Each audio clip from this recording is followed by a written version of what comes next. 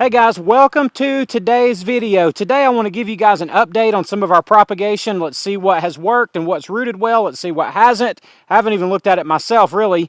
And we'll kind of figure out where we've gone right and where we've gone wrong on propagation so far this year. I look forward to sharing this with you guys. This is a very important part of what we do, or really of what any nursery does. So looking forward to taking this step and kind of seeing where we are here in late summer and seeing what maybe it means for our plants next year.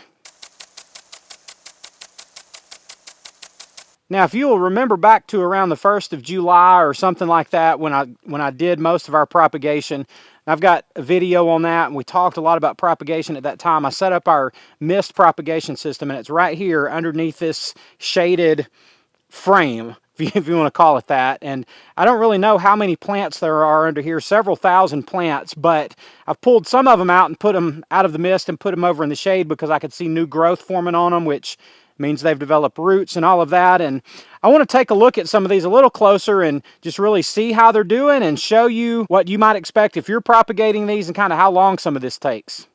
All right, guys, so I pulled a tray out. This is a tray of gardenias, and this was the first year that I've ever tried gardenias before. This is a new plant to me, and I took my cuttings, put them in the trays, stuck them under the mist just like I do with everything else. Now, it's worth mentioning here, just looking at this is pretty good, especially never having done it, but you can see right here, this one is completely dead. That cutting didn't do anything. That one didn't do anything.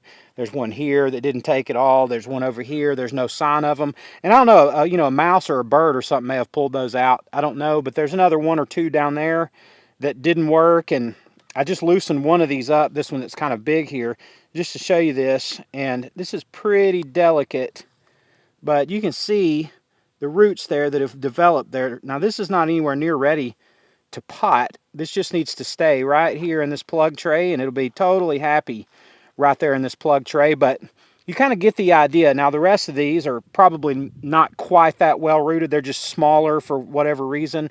Some of the bigger ones, probably look a lot like the one that I just showed you, but I did a lot of these. And this being a new plant to me, I don't really know if I should do a lot of these or not, but I've got probably 500 or 600 of these in trays. So gardenias, it looks like they have rooted well, and they're just going to sit right here in this tray all the way through the winter, and I'll probably wind up covering them with plastic or something. But we'll say, at least for our first try in these early stages, looks like they're working pretty good. All right, guys, now this is one of my dish pans of green giants, and I'd say this is about a 12 by 10 dish pan. It doesn't really matter what size you use. I just get these at the dollar store and put about 70 to 90 green giants in each one of these. Now, a couple of things worth mentioning. It takes green giants longer to root than it does, most of your woody shrubs, your gardenias, your hydrangeas, etc. And we'll look at some of those in a minute. But I don't really know how these are rooted. I just pulled one of them out that's green and looks real good, and it did not have any roots on it at all. I feel one over here that is a little bit harder to pull out. All right, it doesn't have any roots on it either.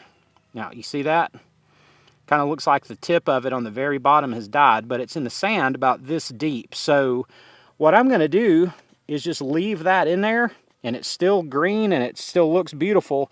And I think over the weeks ahead that will begin to callus over and begin to root, but for now they just haven't. And I think that may be the case with this whole pan. I have some growing over there that have started putting new growth on the tips. And we see new growth coming on the tips, which there's none present in this tray. When you start seeing that, you know that you're starting to get some small roots. And it may be the quality of the cuttings that I took for this particular tray were not as good as some of the ones from the other trays. Maybe the growth wasn't as fresh, or, who really knows. But this has been about 8 weeks, I think, since I put these under the mist. And I've now taken them out of the mist, and they're just sitting over here getting sprinkler water once a day under shade. But, I'm just going to leave them I'm going to leave them alone. In fact, I'll leave them all the way until next spring. I'm not even going to touch these, and we'll just kind of see how they go. But so far, it doesn't look like this particular tray is developing any roots yet. Now, something that's worth mentioning here also with this tray, that if you look right here, really in the center, and I don't know why that is. It may just be a fluke, or there may be some reason for that.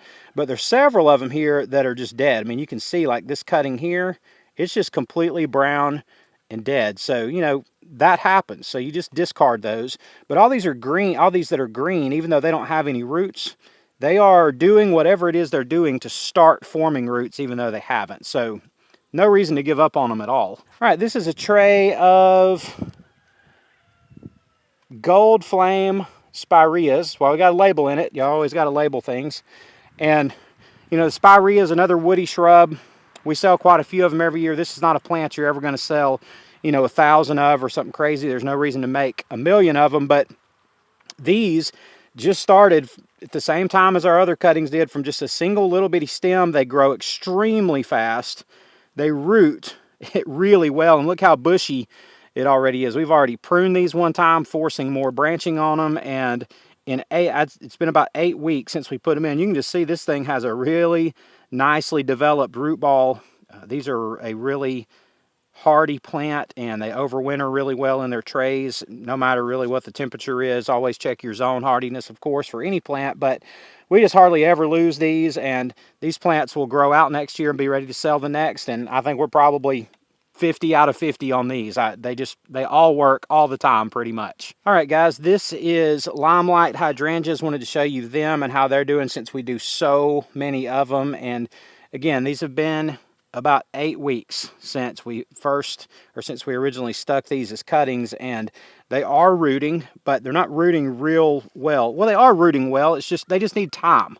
So you can see the roots beginning to form in the root ball and beginning to fill that in some, but they're very delicate and they're very small, and they just need time. So here we are. Today is actually September the 11th. So you guys can't even say September the 11th without being reminded of that day, but never forget. But anyway, so we're about 8 weeks out from when we first stuck these. It would have been better to stick them a month earlier, just so busy, didn't have time to do everything I wanted to do. But these still have a few weeks left until we have cold weather. So they've got several more weeks to continue to root, and I've sprinkled some slow release fertilizer on here. I'll fertilize them with a liquid root starter kind of fertilizer as well that'll really keep them growing until cold weather. So these things are hardy, really tough plants. That's why I propagate so many of them, and shouldn't have any trouble at all getting these through winter. So they're off to a nice start. Just would love for them to be a little bit further along, but no worries at all. And all in all, they look pretty good. And out of this tray of 50, I think I see 48, maybe 49 that have taken. So really good. Very happy with these. All right, folks, and let's show you one of our hostas from our hosta divisions. This is a stained glass. It's just one of our absolute staples. I mean, our nursery would not be our nursery without hostas in it. And this is a division that we made probably in May. And it was just a little tiny division, you know, where we're getting 3, 4, 5, 6 hostas out of each plant. And this has grown out really nice. It's just a single stem. Check out this little bitty stem. That's it. You could divide this and get this tiny little plant out of here right now. We'll just leave that. That doesn't really have anything to do with the plant. But this little plant we'll have in our fall plant sale for $5.97. You know, I like to stick some of our smaller but nicely developed hostas and other little perennials that we have for $5 or $6, something like that, because people always, you know, there's always some folks who are looking for some really, really good deals, low price plants, and we are thrilled to be able to sell that to somebody for $5 or $6 in that small pot, small plant, and people are glad to give it to us. So we've got a whole pile of these over there, and they look really nice. So the hostas are doing great, just exactly like they're supposed to. So one of the reasons it's important to me to show you guys an update on how propagation is going is because propagation is a critical part of what we do in our nursery. I mean, we propagate plants so we can grow them out. You know, you take a little plant, little cutting, whatever, that's worth nothing, or that's worth $1 or worth $2, and you grow it out so it's worth more. Then you sell it for what it's worth. And that's exactly what a nursery is. And that's what it means to grow your own plants and to be able to turn plant growing into a business. Is you're taking something that's worth nothing or that's worth little, and you're putting some time, some effort, some skill into it, and you're growing it into something that's valuable. And the bigger it gets, the more it's worth.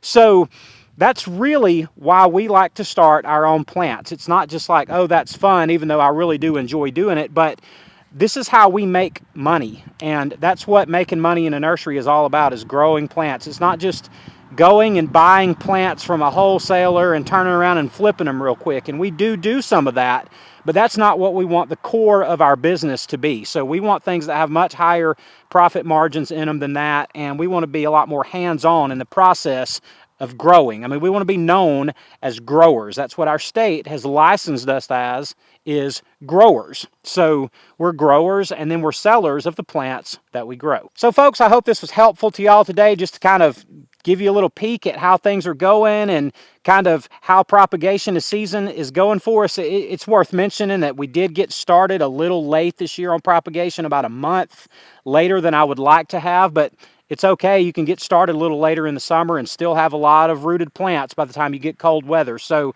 hopefully we'll be a step ahead of this by this time next year, but we're really happy with where we are, so I'm not going to complain about it. So guys, I do appreciate y'all watching today though, and I love y'all, and I'll see you on the next one.